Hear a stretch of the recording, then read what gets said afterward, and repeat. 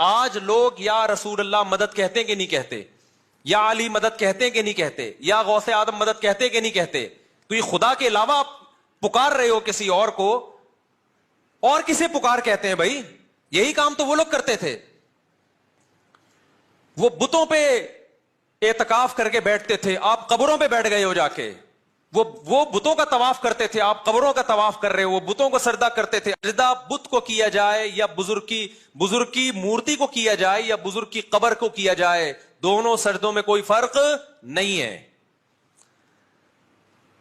ہمیں آپ بول دیا کرو بھائی وہابڑے، دیوبندڑے، پتہ نہیں کیا کیا، گستاخ رسول. کوئی گورنمنٹ کی طرف سے کوئی پابندی نہیں ہے.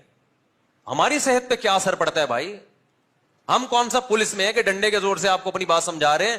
آپ نے اپنی قبر میں جانا ہے اور ہم نے اپنی قبر میں. کل اللہ ہم سے قبر میں پوچھے گا کہ تم نے وہ توحید جو قرآن میں ہے لوگوں کے سامنے بیان کی تھی کہ نہیں کی تھی؟ ممبر پہ حق ادا کیا تھا کہ وَمَن يَدْعُ مَعَ اللَّهِ إِلَٰهًا آخر، جو اللہ کے سوا کسی کو پکارتا ہے اللہ نے اس سے حساب و کتاب لینا ہے، اس کو نہیں چھوڑے گا اللہ. تو کیا تم نے ممبر پہ لوگوں کو بتایا تھا کہ صرف یا اللہ مدد کا نعرہ لگے گا، یا رسول اللہ مدد، یا علی مدد، یا غوث آدم مدد، یا حسین مدد؟ نہیں لگے گا.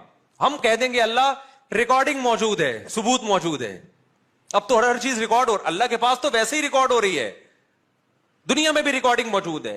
آپ پھر بھی یا علی مدد کہتے ہو، آپ پھر بھی یا حسین مدد کہتے ہو، آپ پھر بھی یا غوث آدم مدد کہتے ہو، آپ پھر بھی کسی قبر کو سجدہ کرتے ہو.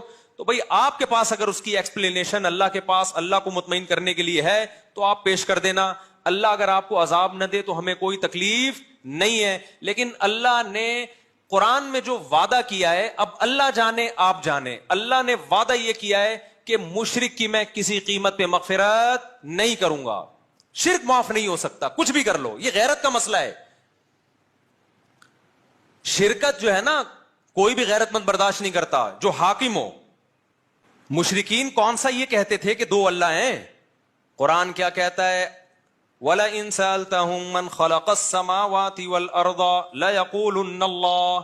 اے نبی جب آپ 360 بتوں کی عبادت کرنے والے مشرکوں سے پوچھتے ہو کہ اس کائنات کا بنانے والا کون ہے، تمام کافر، تمام غیر مسلم مشرک کہتے تھے صرف اللہ ہے جس نے ان کو بنایا ہے.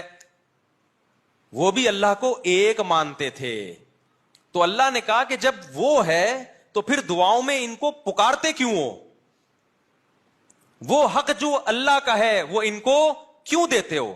تو وہ کہتے تھے ہم اللہ کو بھی مانتے ہیں. تو اللہ نے کہا ایسا ماننا مجھے معتبر، مجھے قبول نہیں ہے. وَمَا يُؤْمِنُ أَكْثَرُهُمْ بِاللَّهِ إِلَّا وَهُمْ مُشْرِكُونَ. اللہ کہتے ہیں یہ لوگ مجھ پر ایمان لاتے ہیں، ساتھ میں میرے ساتھ کسی اور کو پکارتے ہیں، شریک کرتے ہیں. تو یہ والا ماننا مجھے قبول نہیں ہے. آج ہم لا الہ الا اللہ بھی پڑھ رہے ہیں، پھر یا رسول اللہ انظر حالنا واسمع قالنا. یہ کیا ہو رہا ہے مسجدوں میں بھائی؟ وَأَنَّ الْمَسَاجِدَ لِلَّهِ، مسجدیں اللہ کا گھر ہیں. فَلَا تَدْعُوا مَعَ اللَّهِ أَحَدًا، اللہ کے ساتھ کسی اور کو مت پکارو. کمال کی بات ہے یہ آیت بیچ میں لکھی ہوگی، دائیں طرف یا اللہ مدد اور بائیں طرف یا رسول اللہ مدد. اللہ کہہ رہے سجدہ گاہیں اللہ کے لیے، اللہ کے ساتھ کسی کو مت پکارو. آپ کہتے ہیں اللہ اس آیت کے دائیں اور بائیں میں ہم تیرے ساتھ کسی اور کو بھی پکاریں گے. تو یہ پیغمبر سے محبت نہیں ہے، یہ پیغمبر کی تعلیمات کی دھجیاں اڑا رہے ہو آپ.